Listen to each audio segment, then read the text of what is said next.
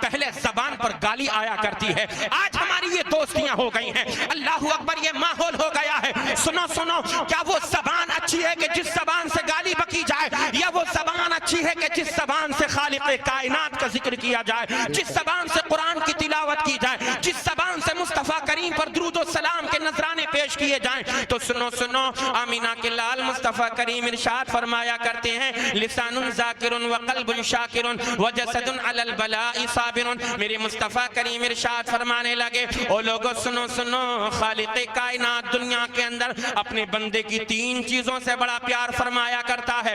صحابہ نے عرض کی، آقا وہ 3 چیزیں کون سی ہیں؟ تب میرے مصطفیٰ کریم ارشاد فرمانے لگے، لسان ذاکر، اللہ عز و جل کا جو بندہ اپنی زبان سے اپنے رب کا ذکر کیا کرتا ہے، مولا تعالی ذکر کرنے والی زبان سے بڑا پیار فرماتا ہے۔ سبحان اللہ سبحان اللہ، ماشاءاللہ ماشاءاللہ۔ ذکر کرنے والی زبان، اور اس زبان سے دنیا والوں کا ذکر نہ کرو، مالداروں کا، سرمایہ داروں کا ذکر نہیں کرو، اس زبان سے اپنے رب کا ذکر کرو، خالق کائنات کا ذکر کرو، مصطفیٰ کریم کا ذکر کرو، اس زبان سے قرآن کی تلاوت کرو، اس زبان سے نعت مصطفیٰ کے ترانے گنگناؤ، اپنی اس زبان سے آمینہ کے لال مصطفیٰ کریم پر درود و سلام کے نذرانے پیش کر لیا کرو۔ میرے آقا مصطفیٰ کریم نے ارشاد فرمایا، اگر تم اپنی زبان سے خالق کائنات کا ذکر کرتے چلے جاؤ گے، مولا کریم تمہاری زبان سے دنیا میں بھی محبت فرمائے گا، جب میدان محشر میں تم کو اٹھایا جائے گا، جب دوبارہ تم کو زندہ کیا جائے گا، اسی ذکر خداوندی کی برکت سے خالق کائنات تمہاری بخشش و مغفرت فرما دے گا۔ او لوگو، جب ہمیں اپنی زندگی کے بارے میں پتہ نہیں، اپنی موت کے بارے میں پتہ نہیں، ہمیں یہ معلوم نہیں ہے کہ کب ہمارا انتقال ہوگا، تو پھر موت کی سختی سے ڈرا کرو، موت کی تکلیف سے ڈرا کرو، اور مرنے کے بعد قبر جو تنہائی کا گھر ہے، قبر جو اکیلا گھر ہے، قبر جس کے اندر تاریکیاں ہیں، وہ قبر جس کے اندر وحشت ہے، وہ قبر جس کے اندر تنہائی ہے، وہ قبر جس کے اندر کیڑے اور مکوڑے ہیں، وہ قبر جس کے اندر کوئی آپ کے ساتھ نہیں جائے گا، نہ آپ کا باپ آپ کو تسلی دے گا، نہ آپ کا بیٹا آپ کو سہارا دے گا، نہ آپ کی ماں آپ کو دلاسا دلائے گی، نہ آپ کا دوست آپ کا ہاتھ پکڑ کر کے آپ کے غم کو مٹائے گا۔ اس قبر کے اندر کوئی ساتھ نہیں آئے گا، اس قبر کے اندر کوئی کام نہیں آئے گا۔ تو پھر ہم نے عالم تصور میں سوال کیا، مولا کام میں آئے گا کون؟ تو حدیث مصطفیٰ نے جواب دیا، تیرا باپ تجھ کو قبر میں دفن کرنے کے بعد واپس مڑ کر کے گھر کی طرف آ جائے گا، تیرا بیٹا دفن کر کے واپس آ جائے گا، تیرا بھائی دفن کر کے واپس اپنے گھر کی طرف آ جائے گا، تیرے بیٹے جب تجھ کو دفن کرنے کے بعد آئیں گے، تجھ کو ایصال ثواب کی فکر نہیں ہوگی، بلکہ وہ آپس میں مال بانٹنے کی فکر میں لگ جائیں گے۔ تو پھر قبر میں جب گھر والا کوئی نہیں سا کام آئے گا، تو پھر کام آئے گا کون؟ حدیث مصطفیٰ نے ارشاد فرمایا، اگر دنیا والوں سے دل لگائے گا، یہ دنیا والے تیرے کام میں نہیں آئیں گے، اگر دل لگانا ہے تو مدینے کے تاجدار سے لگا لے، مدینے والے آقا دنیا میں بھی تیرے کام میں آئیں گے، بعد مرنے کے قبر میں بھی تیرے کام میں آئیں گے، بعد قبر کے حشر میں بھی تیرے کام میں آئیں گے، اور حشر میں آقا شفاعت کرا کے جنت میں لے کر کے چلے جائیں۔ نعرہ تکبیر، نعرہ رسالت، مسلک اعلی حضرت، فیضان اعلی حضرت، عظمت اسلام کانفرنس، انجمن غلامان مصطفیٰ، ماشاءاللہ ماشاءاللہ۔ ایک حدیث پاک، حضرات علماء اکرام توجہ کا طلبگار ہوں، مولانا ناظم صاحب قبلہ ماشاءاللہ، اللہ آپ کو سلامت رکھے، بڑی عمدہ نقابت آپ فرماتے ہیں۔ بخاری شریف کی حدیث پاک ہے، اس کا مفہوم میں جلدی جلدی بیان کر دوں۔ حضور فرماتے ہیں جب میت کو مرنے کے بعد قبر میں رکھا جاتا ہے، آپ دفن کر کے آئیں، دن ہو رات ہو کوئی بھی وقت ہو، آپ اپنے گھروں کی طرف واپس لوٹ جاتے ہیں، مگر قبر میں جو سوال کرنے والے فرشتے ہیں جن کو منکر نکیر کہا جاتا ہے، کیا کہا جاتا ہے؟ توجہ کے ساتھ سن رہے ہیں نا؟ جن کو منکر نکیر کہا جاتا ہے، منکر نکیر جب آتے ہیں قبر کے اندر اور آنے کے بعد مردے کو اٹھاتے ہیں، اٹھا کر کے بٹھاتے ہیں، تو پھر اس وقت مرنے والے کو جو وقت نظر آتا ہے اپنی قبر کے اندر اس کو ایسا لگتا ہے کہ جیسے شام ڈھل رہی ہے، سورج غروب ہونے کے قریب ہے۔ اگر اللہ کا نیک بندہ ہے، پرہیزگار بندہ ہے، عبادت گزار بندہ ہے، اگر خالق کائنات کا نمازی بندہ ہے، تو وہ فرشتے جب اس کو اٹھا کر کے بٹھاتے ہیں، پھر سوال کرتے ہیں مر ربوں کا، سوال کرتے ہیں ماں دینوں کا، تو جانتے ہو مرنے والا جس کو قبر کے اندر دفن کیا گیا ہے وہ کیا کہتے ہیں؟ دعونی اصلی، اے فرشتو چھوڑو کہ تم کیا سوال کرتے ہو، چھوڑو مجھے نماز پڑھنے دو، نماز پڑھنے دو۔ تم دیکھتے نہیں ہو سورج غروب ہونے والا ہے، تم دیکھ نہیں رہے ہو سورج ڈوبنے والا ہے، کہیں ایسا نہ ہو میری نماز عصر قضا ہو جائے۔ برادران ملت اسلامیہ، جب فرشتے اس سے پوچھتے ہیں مر ربوں کا، اب سنو مفسرین کرام نے بڑا پیارا نقطہ یہاں پر بیان فرمایا۔ جب فرشتے پوچھتے ہیں مر ربوں کا، بندہ کہتا ہے دعونی اصلی، فرشتوں تم مجھ سے کیا پوچھ رہے ہو، مجھ کو نماز پڑھنے دو، نماز۔ جب فرشتوں سے اس مرنے والے نے اتنا کہا، کس نے کہا؟ جو نمازوں کا پابند تھا، بولو سبحان اللہ، جو نماز فجر بھی پڑھا کرتا تھا، جو نماز ظہر بھی پڑھا کرتا تھا، جو نماز عصر بھی پابندی سے پڑھا کرتا تھا، جو نماز مغرب بھی پڑھا کرتا تھا، جو نماز عشاء بھی پڑھا کرتا تھا۔ قرآن نے کہا حافظوا علی الصلوات والصلاۃ الوسطی، او لوگوں نماز کی حفاظت کرو، خاص کر کے بیچ والی نماز کی حفاظت۔ ان علماء سے آپ پوچھیں گے کہ بیچ والی نماز کا کیا مطلب ہے، تو یہ بیان فرمائیں گے کہ علماء نے بیچ والی نماز سے مراد لیا ہے نماز عصر کو۔ بولو محبت سے بولو سبحان اللہ، سبحان اللہ، ارے اور زور سے بولو سبحان اللہ۔ اب یہاں پر قرآن کا مفہوم آپ سمجھیے اور حدیث مصطفیٰ دونوں کو سمجھیے آپ۔ مولانا ناظم صاحب قبلہ، مرنے والے کو جب فرشتے قبر میں جس کو دفن کیا گیا ہے فرشتے اٹھا کر کے بٹھاتے ہیں، تو اس کو کیسا لگتا ہے قبر کے اندر؟ کہ جیسے سورج ڈوب رہا ہے۔ کیسا لگتا ہے بولو؟ جیسے سورج ڈوب رہا ہے، یعنی نماز عصر کا وقت جیسے ختم ہونے والا ہو۔ آپ دیکھتے ہوں گے اللہ اکبر اللہ اکبر، اس کو ایسا لگتا ہے کہ جیسے سورج ڈوب رہا ہے۔ اب برادران ملت اسلامیہ آپ ادھر توجہ کیجئے، فرشتے اس سے پوچھتے ہیں مر ربوں کا، تو وہ یہ نہیں کہتا ربی اللہ۔ جب پوچھتے ہیں ماں دینوں کا، وہ یہ نہیں کہتا دینی الاسلام۔ جب اس سے پوچھتے ہیں ما کنت تقول فی ھذا الرجل، وہ یہ نہیں کہتا ہوا محمد الرسول اللہ، بلکہ مرنے والا کہتا ہے دعونی اصلی، مجھے نماز پڑھنے دو۔ اب اس کے بعد فرشتے خالق کائنات کی بارگاہ میں چلے جاتے ہیں، مولا تیرا بندہ کہتا ہے مجھے نماز پڑھنے دو۔ اللہ اکبر، نماز کی برکت آپ دیکھیے۔ مفسرین کرام نے جواب دے دیا، نماز کس انسان پر فرض ہے؟ نماز اس پر فرض ہے جو لا الہ الا اللہ محمد الرسول اللہ کی گواہی دیتا ہو۔ اس کے اس لفظ سے تین مطلب سمجھ میں آ گئے۔ پتا چلا کہ یہ اللہ کی گواہی دے رہا ہے، اس کا مطلب اس کا رب معبود، اس کا معبود خالق کائنات ہے۔ نماز کس کے لیے پڑھی جاتی ہے؟ نماز اللہ کے لیے پڑھی جاتی ہے۔ پتا چل گیا اس کا رب اللہ رب العزت ہے۔ نماز پڑھتا کون ہے؟ نماز پڑھتا وہ ہے جو لا الہ الا اللہ محمد الرسول اللہ کی صداقت دیتا ہو، جو دل سے مانتا ہو، زبان سے اس کا اقرار کرتا ہو۔ برادران ملت اسلامیہ، اب پتا چل گیا 5 وقت کی نماز مکمل طریقے سے خالق کائنات نے محمد الرسول اللہ کی امت کو عطا فرمائی ہے۔ 5 نمازوں کا مجموعہ خالق کائنات نے اپنے آخری نبی کی امت کو عطا فرمایا ہے۔ اب اس کے اس جواب سے پتا چل جاتا ہے، خود حدیث پاک کے الفاظ اس کے بعد ختم ہو جاتے ہیں۔ پھر فرشتوں نے آگے سوال کیا یا نہیں کیا، اس کا حدیث پاک میں کوئی ذکر نہیں ملتا ہے۔ اس کا مطلب تو یہ ہے جب بندے نے یہ کہہ دیا دعونی اصلی، اس کے ان فرشتوں کے تینوں سوالوں کا جواب ہو گیا۔ اب پتا چلتا ہے حدیث پاک میں ایک لفظ یہ ملتا ہے، نم کا نومت العروس، اے بندے ایسا سو جا جیسے دلہن سو جایا کرتی ہے۔ فرشتے اس کو اب چھیڑتے نہیں ہیں۔ جب نماز کا ذکر کر لیا ہے، اللہ رب العزت قیامت تک کے لیے اس کو نیند کی چین کی نیند سلا دیا کرتا ہے۔ جب نماز کا ذکر کر دیا، نم کا نومت العروس، فرشتے کہتے ہیں ایسے سو جا جیسے دلہن سو جایا کرتی ہے۔ بولو محبت سے بولو سبحان اللہ۔ اب ایک سوال اور یہاں پر میں آپ سے کروں گا، جب آپ اپنے بیٹے کی شادی کر کے نکاح کر کے کسی نئی نویلی دلہن کو لے کر کے آتے ہیں، اپنے گھر میں آپ نے لا کر کے دلہن کو اتار لیا، تو کیا اس سے یہ کہا جاتا ہے بیٹی سو جاؤ؟ نہیں۔ گھر کی عورتیں یہ کہتی ہیں دلہن سو جاؤ؟ نہیں، بلکہ اس کو بنا کر کے سنوار کر کے سجا کر کے کمرے کے اندر بٹھا دیا جاتا ہے. ایسے ہی ہوتا ہے نا, بلاری میں بھی ایسے ہی ہوتا ہوگا, سجا کر کے بٹھا دیا جاتا ہے کمرے کے اندر.